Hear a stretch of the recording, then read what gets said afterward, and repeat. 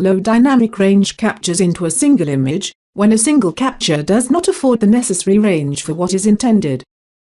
3 captures were made for the making of the final image. All 3 images share the same ISO, the same aperture value, and the same focal length. They differ in shutter speed, and the result is shown here, with 1 normal exposure, 1 3 stops down and 1 3 stops up. The image on the left was exposed for the overall intent, the clouds and the reflection on the sea. The image in center was exposed for the highlights, which provides some tonal details in the sunlight in this case. And the image on the right is exposed for the shadow areas, where the buildings on the horizon are now correctly exposed, and you can see the patterns on the water surface. After importing my raw captures into Lightroom, I have exported them to merge to HDR via Photoshop. I used to use Photomatix for this, but lately I have been using Photoshop because it was easier for my workflow. The important bits to note here is that you should be focusing on extracting details from the captures, and not trying to create the final image.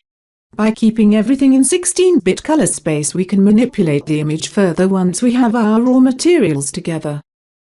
Most strange-looking HDR images found on the web is a result of people exporting to JPEGs after this. But this image was not what I had in mind when I looked at the landscape, so let's work on this further. To further reveal details in the shadow, I created a curve which targets only the shadow area. Shown here in the layer blending options, you can see that I have targeted the curve adjustment to only affect a graduated area. If I do not do this, the sunlight would have been overexposed again. Also note that I am using the lab color mode inside Photoshop. This allows me to work with the luminance, or lightness, separated from the color, AB channels.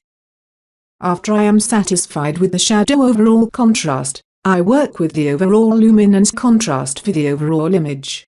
Obviously, the curve shown here is specific to this image. Now I created a layer mask with a basic gradient fill so I can use the curve to adjust the tonal contrast for the sky. Then I do the same for the water area. Note that at this point this image is very similar to the 0 EV capture. No surprises there. This was what I saw when I photographed this photo. I do HDR not for effect, but just so that I can have some details on the shadow area. At this point you see that really there is not much color to this scene. In fact, there's sand to distract the overall image, so I removed it. Here, since I have been working in lab mode, I just quickly removed the color channels or just removed the color saturation.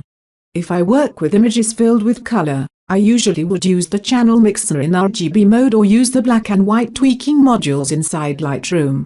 But as you can see, there is not much color in this image to start with, so I can simply just remove the color saturation.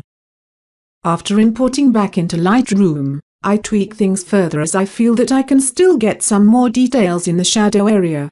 If I were inside Photoshop, I would do a image-wide shadows/highlights tweak, but since Lightroom version 4 there is this new clarity parameter which works very well in manipulating local contrast, so I used it. And that's it. But remember, every single image is different. This is not a recipe. There are no rules. Now go have some fun. Cheers!